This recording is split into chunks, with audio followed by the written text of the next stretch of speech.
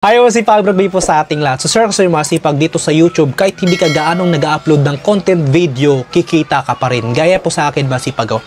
Nakikita nyo po dyan masipag, halos $500 po yan. So halos 30,000 po yan masipag yan, no? So hindi po ako gano'n nag-upload ng content video sa isang buwan dito sa YouTube po masipag. Noong unang buwan po kasi masipag yan, no? Ako po'y tinatamad talaga po masipag. Lalo pa po, ang dami kong ginagawa, nagabantay pa ako sa aking baby, sa aking anak, na makalikot makasipag yan, no? Mag 2 years na kami pa rin. Mura maliit hanggang paglaki. Siya pa rin ang binabantay ko habang nagbablog po. Kasama pa rin kaming dalawa makasipag. Opo po. Ayan, no? So talagang work from home tayo masipag kinakain dumiskarte at makakasipag kaya hindi ako gaano nag-upload ng content video kasi nga meron pa po ako sa TikTok, iniisip ko rin po doon kung paano ako makapag-edit, makapag-content pati na rin po sa Facebook. Talagang nahirapan ako tapos nagabantay pa ng bata pero kumikita pa rin ng ganito. So paano ka ba kumikita ng ganyan Kuya Chris kahit hindi gaano nag-upload ng content video sa YouTube? Makakasipag, ang ating mga content kasi dito ay evergreen, tutorial po makakasipag. So pag sinabing tutorial masipag, searchable, hinahanap ng mga viewers o audience po masipag o kapwa nating content creator po kasi tutorial nga masipag. So ano ba yung manalalaman mo dyan makasipag? Tips and tricks po about dito sa cellphone, paano mawala yung ads dito sa ating cellphone o paano kumita online no masipag, paano kumita sa Gcash o ano pa ba na opportunity na pagkakitaan, saan mang platform na pwede kumita, yung mga tutorial na yan. So karamihan na nga po nagbablog ngayon kahit mga professional nagbablog, no? Mga doktor, no, nagti-tips and advice, mga engineer about sa bahay po masipag, yung mga knowledge nila pinag-share, mapapulis po makasipag, mapa-teacher, no, yung mga talent din nila, yung mga knowledge nila, yung talent sayaw, talagang pinagbablog na, yung mga talent o skills dyan, ang dami na pong nag-share o nag-tutorial sa mga ganyan masipag, mapapangisda, paggawa ng bahay, kahit nga pag-ano sa Biblia, nagbablog pa rin. Yun po yung mga tutorial. At yung atin mga kasipag, editing tutorial at paano kumita sa Facebook po, mga iba mga kasipag, ang dami po nilang alam, no, paano kumita sa Gcash, ay masipag at iba pa pong platform. So ang laki-laki po ng kitaan pag tutorial talaga mga kasipag.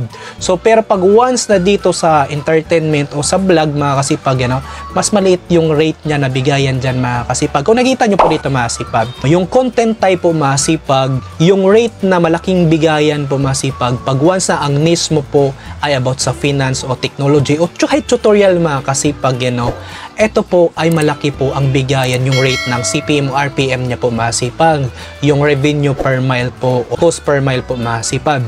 So mas malaki po masipag ang bigayan, lalo pa po sa pag-ibang bansa po ang viewers mo po masipag, yun yung mga target audience nyo po, no, sa USA. So ibang bansa pa, no, mas malaki talaga ang rate, ang bigayan po doon mga kasipag, lalo pa po pag once sa ang niche mo, no, kagaya na lang po dito sa finance o dito about sa technology, tas mahaba pa yung content video, tas pinapanood pa nila, tas tag-ibang bansa pa yung mga nanonood, makasipag malaki talaga ang bigayan. Hindi daw po gaya dito sa entertainment tsaka sa mini vlog o vlog po masipag. Although pag sikat ka, kilala ka dyan, ay talagang agad-agad maraming views, pero hindi po siya evergreen na searchable po, no? Hinahanap ng mga viewers po, hindi kagaya po sa mga tutorial.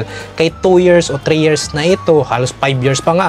So pinapanood pa rin, no? Kasi ang daming ang nagsisearch. Pag once na creative ka, magaling ka po magawa ng content, no? Talagang detailed ka talaga, magaling ka talaga mag-discuss po masipag. Talagang nakukuha mo yung loob ng mga viewers, talagang dadami po ang views mo at followers mo po doon masipag.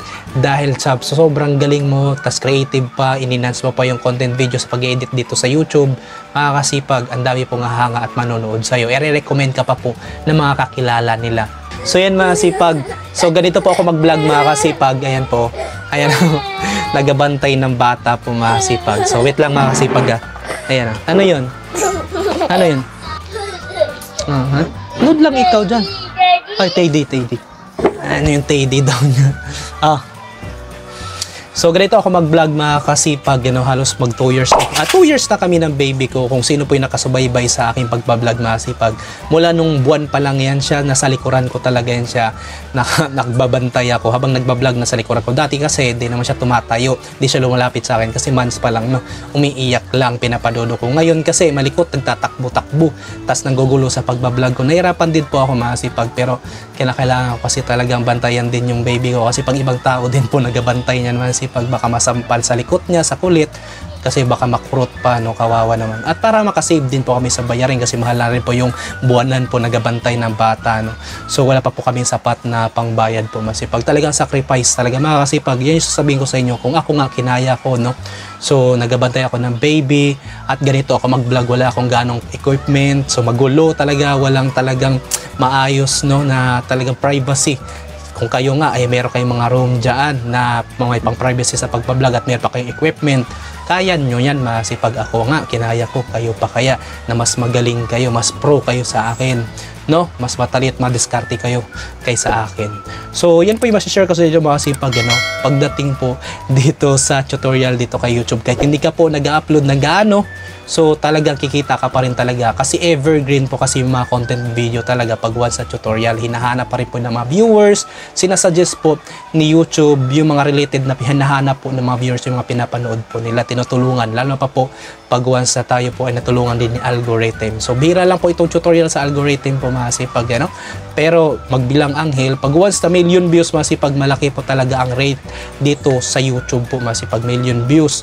Yan po, lalo na po sa pag-finance tsaka technology, yung inyong content po masipag. Pero pag mini vlog or vlogs or entertainment, medyo malit-lit daw po yung CPM niya po. Kung nakita nyo po dyan. So yan po yung kinikita natin masipag. Yan, maraming salamat po sa inyong suporta sa akin, no? Kahit medyo hindi tayo gano'ng nag-upload ng content video, medyo busy tayo, nandyan pa rin kayo nanonood at sumuporta sa akin at nagtitiwala. Maraming salamat po masipag. Pala masipag, sa mga hindi pa po nakasubscribe sa aking Kasipag Vlog na isang YouTube channel, pasupport na po masipag, pasubscribe na po kung nagustuhan nyo po ako masipag at kung nakatulong po ako sa inyo, pasupport na rin po sa aking Kasipag Vlog. Pag mini vlog din po yan masipag, kahit 1K subscribers lang po ang talaga hinihiling ko dyan.